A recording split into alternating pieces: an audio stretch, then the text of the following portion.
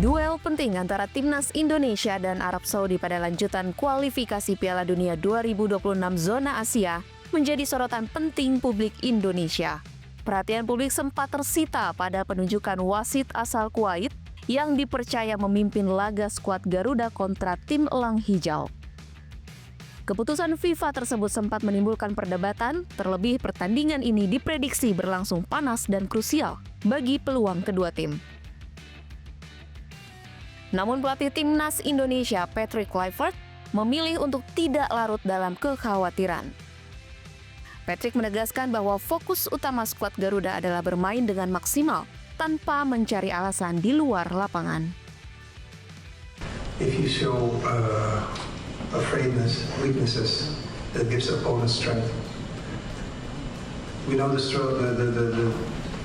the power and the strength of Saudi Arabia, especially if they play home with their own audience rhythms.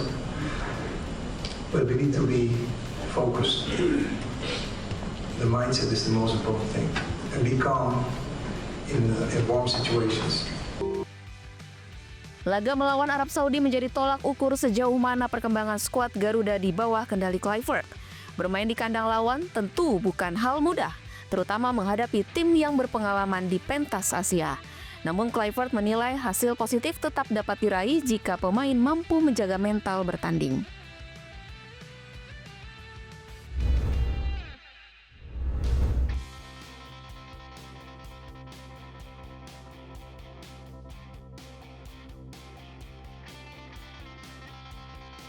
Pertandingan antara Timnas Indonesia melawan Arab Saudi akan berlangsung pada Kamis dini hari dalam laga putaran keempat kualifikasi Piala Dunia 2026.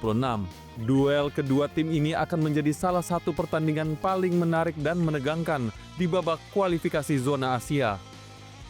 Secara performa terkini, Arab Saudi menunjukkan keunggulan dan dominasi dengan catatan kemenangan beruntun di babak ini. Sementara itu, Indonesia berambisi untuk bangkit dan mempersembahkan kejutan di hadapan pendukungnya sendiri. Ini Indonesia lawan Arab kira-kira berapa 2-0. 2-0. Iya. Kira-kira kenapa tuh 2-0? Pemainnya starting eleven-nya kayaknya meyakinkan. Ya, dan pemain-pemain yang kemarin ngeselin dilihatnya nggak dipanggil timnas. Jadi saya yakin 2-0 untuk Indonesia. Prediksinya 2-0 ya, karena ya tipis aja sih, kita berpatokan sama pertandingan yang sebelumnya waktu di GBK. Itu pertandingannya juga 2-0 ya. Pengennya sih lebih ya 3-0, cuman ya kita berpatokannya yang lalunya aja gitu. Selain itu juga untuk pertandingan yang nanti dini hari akan berlangsung, karena ada sejumlah pemain Indonesia yang waktu kita tandang di Arab Saudi itu belum ada pemain-pemain yang bermain gitu, kayak ada Joy Pelupesi, belum ada Dane James gitu.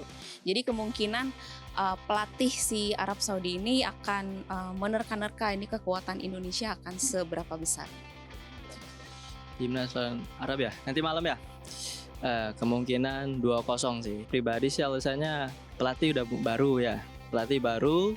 Terus pemainan juga udah solid, mulai solid kan, dan yakin aja, yakin 2-0. Yakin menang. Insya Allah sih mudah-mudahan ya, kalau kita melihat skillnya tim Indonesia, paling tidak minimal 1-0. Untuk alasannya dilihat dari segi latihannya, insya Allah sudah mumpuni tim untuk Indonesia, Garuda Indonesia. Mudah-mudahan selalu optimis menuju kemenangan dan didukung oleh seluruh rakyat Indonesia. Harapan besar pun kini diletakkan di skuad Garuda agar perjalanan tetap mulus menuju putaran final Piala Dunia 2026. Hafiz Albar, Albi Wahyudin, dan Trisna Satya melaporkan.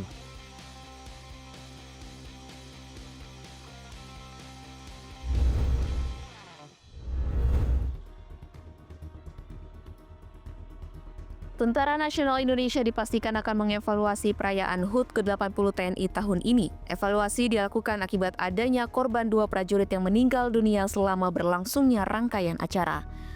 Hal ini disampaikan Wakil Panglima TNI Jenderal TNI Tandio Budi Revita yang ditemui usai jumpa pers di RSPPN Sudirman, Jakarta. Namun Wakil Panglima TNI pun tak menjelaskan dengan rinci hal apa saja yang akan dievaluasi dari rangkaian acara tersebut. Kan tadi udah disampaikan Pak Mendan, kita ada santunan, kemudian kedepannya biar tidak terulang seperti apa nanti. Tapi evaluasi. Kita evaluasi salah satunya itu. Ya. Makasih Pak ya. Oke, makasih. Sementara itu, Menteri Pertahanan Syafri Syamsuddin menyatakan 2 prajurit TNI yang meninggal dalam rangkaian persiapan acara perayaan HUT ke-80 TNI pekan lalu akan mendapatkan kenaikan pangkat luar biasa 1 tingkat dan santunan untuk keluarganya. Dapat santunan dari Asabri 1 orang untuk keluarga 350.000. Untuk ahli waris ya Pak ya. Pak, kapal induk Itali katanya udah disetujui dananya Pak. Kapal induk Itali sudah disetujui Dan dananya. kenaikan pangkat luar biasa. 1 tingkat ya Pak. Pak, kapal induk Itali Pak. Makasih. Sebelumnya, seorang prajurit TNI Angkatan Laut Prajurit Kepala Marinir Zainal Mutakim wafat karena mengalami kecelakaan saat prosesi terjun payung pada acara Sailing Pass di Teluk Jakarta, Kamis 2 Oktober lalu. 2 hari kemudian, salah seorang prajurit Kostrad yakni prajurit 1 Johari Alfarizi juga wafat karena terjatuh dari atas tank milik TNI Angkatan Darat.